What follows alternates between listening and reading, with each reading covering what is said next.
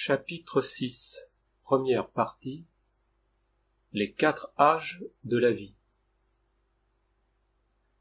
La conscience est à la fois souple et adaptable. Elle s'enrichit chaque jour d'expériences nouvelles et l'attention modifie immédiatement son champ de perception.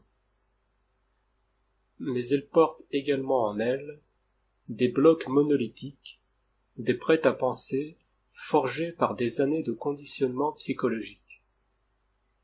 De plus, le développement de la conscience n'est pas linéaire, et il est des périodes de la vie beaucoup plus sensibles dans son évolution, des étapes cruciales où il convient de la protéger. Tu veux dire qu'il faut la surveiller comme le lait sur le feu, de façon imagée et abrégée, c'est ça. Et tu penses à l'enfance et à l'adolescence? À l'enfance surtout. C'est là qu'il faut agir pour enseigner les bonnes pratiques et s'assurer qu'elles sont bien assimilées afin de bâtir un socle psychique stable et durable qui facilitera le passage à l'adolescence. Stade critique s'il en est, il en est bien. Et que proposes-tu pour l'enfance? Jusqu'à présent, nous avons bien vu et montré les dégâts que pouvait occasionner la conscience émotionnelle. Et s'il y a bien un élément à surveiller comme le lait sur le feu, c'est elle. On sait aussi qu'elle est prédominante chez l'enfant, face à un intellect balbutiant, en pleine construction. Il est donc important d'apprendre à l'enfant à être attentif dès que possible, c'est-à-dire dès qu'il est capable d'en ressentir les effets. Tu mets la barre un peu haut. Il faut envisager cela de façon ludique, comme un jeu. Papa ou maman joue à être attentif avec le jeune enfant. Ici, la respiration consciente serait une excellente approche, car très facile à enseigner et à pratiquer, même pour un très jeune enfant. Vu sous cet angle, oui. En plus, quelques minutes suffisent, le temps que l'enfant se rende compte de ce qui se passe en lui lorsqu'il s'essaye à cet exercice. Les pensées qui arrivent, comme des fourmis envahissant tout, et qui repartent immédiatement lorsque la respiration consciente est bien pratiquée. Tout à fait. C'est véritablement un jeu, et l'imagination des parents est la bienvenue. Après, étape par étape, on apprendra à l'enfant d'utiliser la respiration consciente ou l'attention chaque fois qu'il en ressent le besoin, pour se stabiliser, se calmer, ou vivre pleinement une expérience. Il faut donc arriver à ce que l'enfant observe et apprécie ce changement de niveau de conscience qui émerge en lui afin qu'il ait à cœur de le maintenir tout au long de son existence. Voilà, ainsi, l'adolescence pourra être abordée et vécue plus sereinement.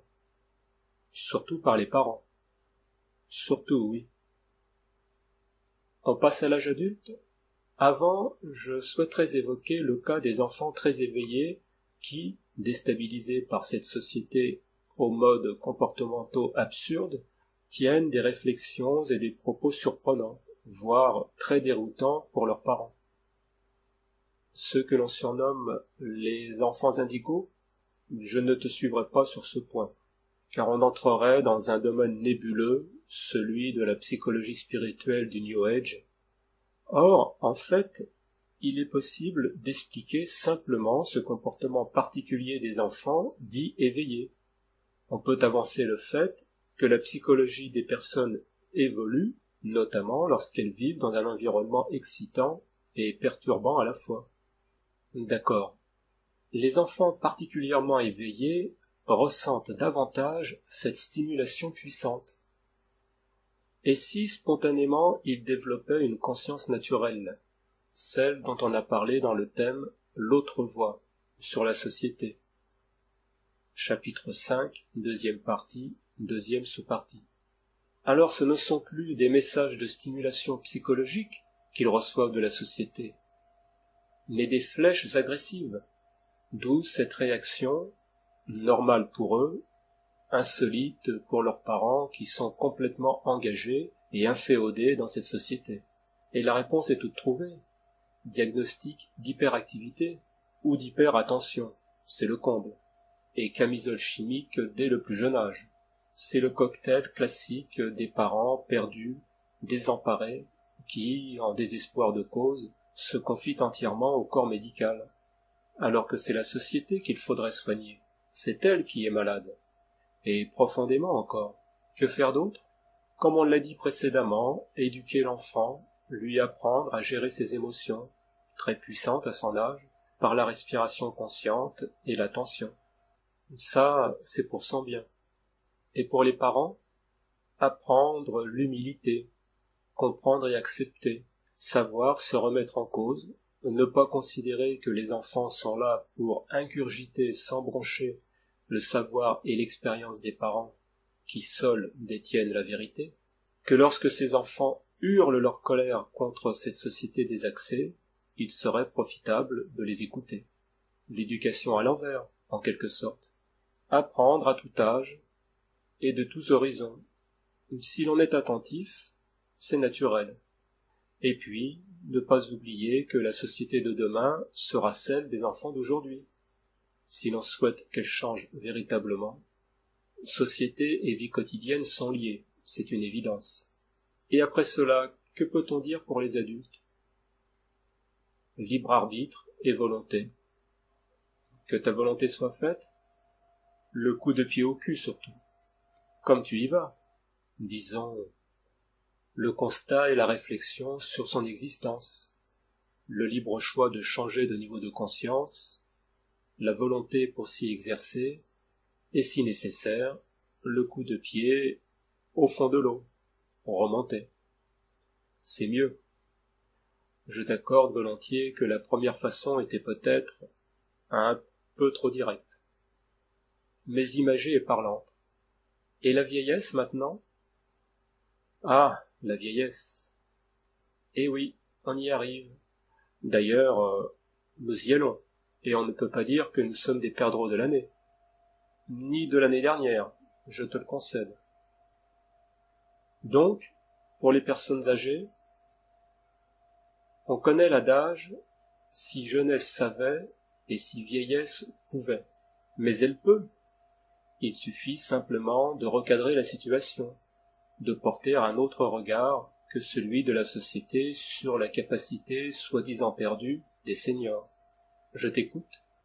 D'un point de vue psychologique, il y a deux écueils qui guettent la vieillesse. La prédominance des regrets et des remords, car l'avancement en âge remplit souvent à ras-bord le réservoir dans lequel la conscience émotionnelle peut puiser à loisir, et le sacro-saint « je ne changerai plus à mon âge », le fait de se morfondre sur des actions passées est renchéri par l'absence d'activité régulière qui occupe l'esprit. Très certainement. Mais il faut essayer de gérer cela malgré tout. Que peut-on dire? Que peut-on faire? Tout d'abord, ceci. Il n'existe aucune force dans l'univers qui peut faire que ce qu'il fut ne l'a jamais été. Puis cela, mais je peux changer à tout moment. C'est dit et bien dit, et faire. Dégager des obligations professionnelles, on peut disposer d'un temps pour se consacrer à la connaissance de soi, de saisir cette opportunité pour changer de niveau de conscience. Oui, si un enfant peut pratiquer la respiration consciente et apprendre à être attentif, une personne âgée peut s'y atteler. Et pourquoi le ferait-elle? Pour bénéficier des bienfaits de la respiration consciente, voir chapitre 3, troisième partie, deuxième sous-partie, vivre plus sereinement ces dernières années, notamment en supportant mieux les maux liés à l'âge, et surtout, être une source de conseils, d'apaisement et d'inspiration pour ses proches. C'est effectivement une orientation très attrayante, susceptible de modifier radicalement le vécu à cet âge de la vie. Mais on parle ici des personnes en relativement bonne santé, autant que leur âge le permette. Les difficultés inhérentes aux problèmes de santé se manifestent à tous âges, bien que plus fréquents, ils ne sont pas l'apanage de la vieillesse. est évoquée ici la capacité, par la respiration consciente et l'attention, de modifier son niveau de conscience, et donc de limiter la mousse dans le verre de bière. Voir chapitre 3, première partie, qui a tendance à déborder à cet âge. Il revient souvent, celui-là, à chaque tournée de la conscience émotionnelle. Plus pour moi, merci. C'est raisonnable.